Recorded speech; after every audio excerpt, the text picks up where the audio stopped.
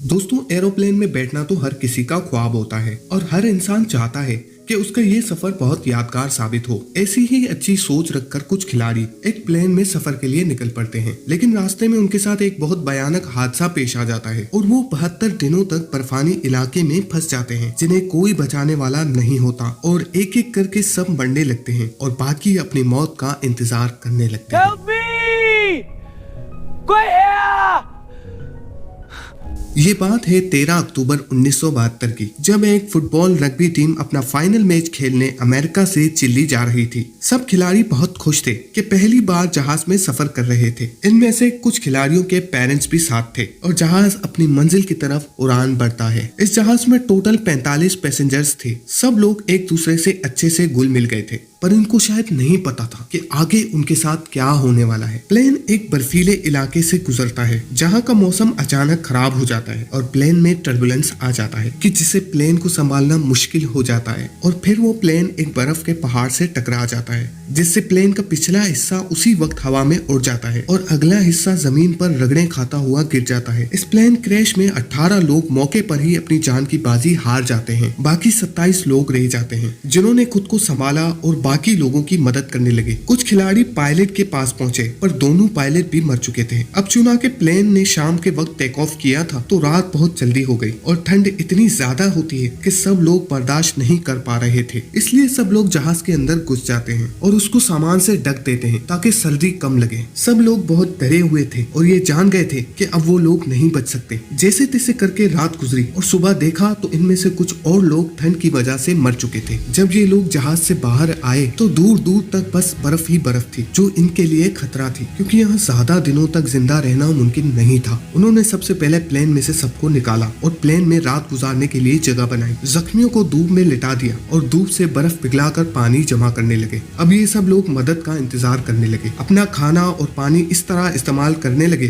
कि बस जिंदा रहा जाए और ये खाना ज्यादा टाइम चल सके। अब अचानक ऊपर से इनको एक और प्लेन नजर आता है, जो शायद इनको रेस्क्यू करने आया था। सब लोग इस प्लेन का ध्यान अपनी तरफ करने की कोशिश करते हैं, पर अफसोस के साथ वो प्लेन इनके ऊपर से गुजर जाता है और फिर दोबारा रात हो जाती है। सब लोग जहाज के अंदर वापस चले जाते हैं और इस तरह रात गुजर जाती है। अब सुबह एक और जहाज नजर आता है। वो दोबारा इसका ध्यान अपनी तरफ खींचने की कोशिश करते हैं, पर इस बार भी वो जहाज इनको इग्नोर करके चला जाता है। सबको लगता है कि जहाज ने हमें देख लिया होगा और वो जरूर हमारे लिए मदद भेजेगा, और इस तरह एक और दिन भी गुजर जाता है। अब इनको समझ आ जाता है कि अब हमें कोई बचाने नहीं आने वाला, तो ये सोचते हैं कि हमें ही खुद को बचाना होगा। इनको ख्याल आता है कि प्लेन के पिछले हिस्से में बैटरीज हैं। अगर हम वो ले आए तो उसकी मदद से रेडियो एक्टिव करके हम बाहर की दुनिया से कांटेक्ट कर सकते हैं। सबको ख्याल तो अच्छा लगा, पर ये काम बहुत मुश्किल था, क्योंकि प्लेन का पिछला हिस्सा क्रैश के वक्त न जाने कहाँ गिरा था, जिसे इस बर्फीले इलाके में ढूंढना बहुत मुश्किल था। फिर भी ग्रुप के 4 लोग तैयारी करके निकलते हैं। ये लोग आगे बढ़ते हैं और देखते हैं कि जहाज दूर दूर तक कहीं नजर नहीं आ रहा। फिर अचानक पहाड़ से बर्फ गिरने लगती है और ये लोग वापसी की तरफ लौट चलते हैं। अब इन सबको यहाँ 6 दिन हो चुके थे और सारा खाना भी खत्म हो चुका था। ये लोग आपस में बातें करने लगे कि इनको मरे हुए लोगों का गोश्त खा लेना चाहिए या फिर भूख से मर जाना चाहिए। कुछ लोगों ने मना कर दिया कि हम ऐसा नहीं करेंगे, और फिर यूं ही करते करते कई और दिन गुजर गए। भूख की वजह से कुछ और लोग भी मर गए। अब तक 9 दिन गुजर चुके थे और इनकी भूख इतनी बढ़ चुकी थी कि ये लोग कुछ भी खाने को तैयार थे, यहाँ तक के मरी हुई लाशें भी।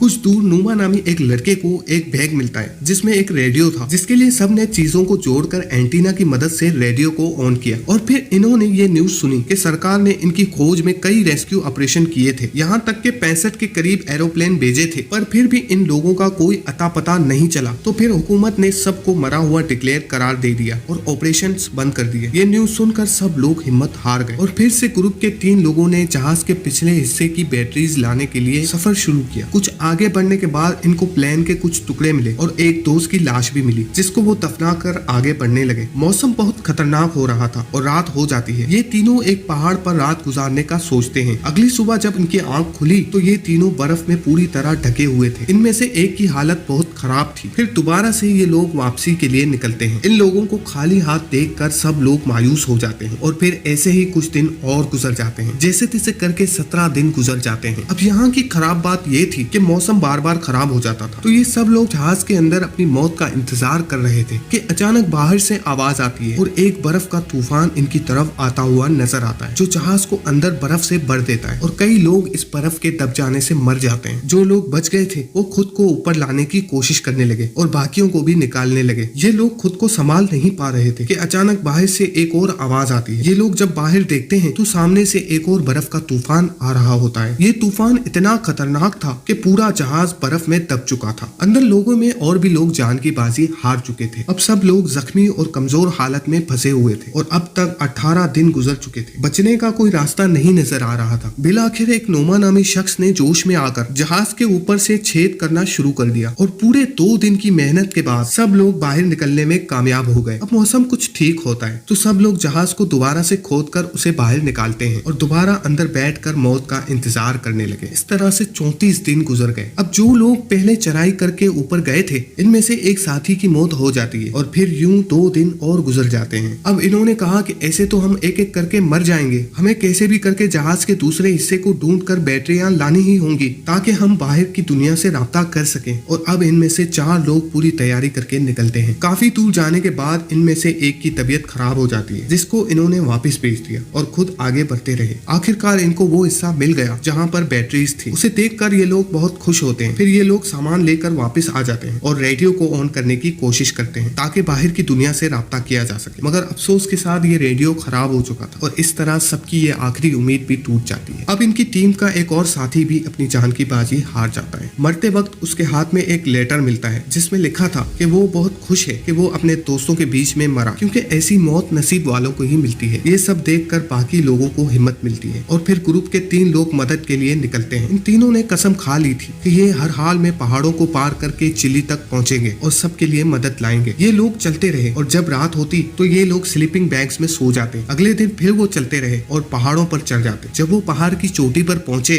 तो उन्होंने देखा कि यहाँ से निकलने में बहुत दिन लगने वाले हैं। इनके पास खाना कम था। इन तीनों में से एक ने वहाँ से वापस जाने का फैसला किया और अपना सारा सामान दोनों को देकर वापस चला गया। फिर ये दोनों आगे बढ़ते गए और मुश्किलात का सामना करते गए। आखिरकार 10 दिन चलने के बाद वो एक नहर की तरफ पहुँचते हैं जहाँ उसे एक आदमी नजर आया। इन दोनों को लगा कि वो ख्वाब देख रहे हैं, पर ये सच था। और फिर इन्होंने जोर जोर से चीख कर मदद मांगी, मगर वो आदमी नहर के उस पार होने की वजह से सुन नहीं पा रहा था। फिर उस आदमी ने कागज और पेन इन दोनों की तरफ फेंका और इन्होंने इस पर सब लिखा। वो आदमी ये पढ़कर सरकारी ऑफिसर के पास गया। ऑफिसर को भी पता चला कि 2 महीने पहले जिस प्लेन क्रैश में हम सबको मरा हुआ समझ रहे थे उनमें से अब भी कुछ लोग जिंदा हैं। ये लोग फौरन रेस्क्यू मिशन शुरू करते हैं और ये खबर हर जगह फैल जाती है। वहाँ बर्फ में फंसे लोगों ने भी ये खबर रेडियो पर सुनी और खुशी से झूम उठे। इसके बाद वो वापस जाने की तैयारी करने लगे, क्योंकि 72 दिन बाद अब वो अपने घर जाने वाले थे। जल्द ही इनके पास रेस्क्यू टीम पहुंच जाती है और इन सब को शहर ले जाया जाता है। ये सब अपनी फैमिली से मिलते हैं और इनको हॉस्पिटल में रखा जाता है। उस रात भी ये लोग साथ में ही होते हैं और ये लोग गहरे सदमे में होते हैं, क्योंकि ये लोग जब गए थे तब 45 लोग थे और वापसी सिर्फ 16 लोग ही आ पाए। उम्मीद करता हूँ ये वीडियो आप लोगों को पसंद आई होगी। मजीद ऐसी वीडियोस और अपडेट्स के लिए हमारे चैनल वॉइस ऑफ शेरी को सब्सक्राइब कीजिए।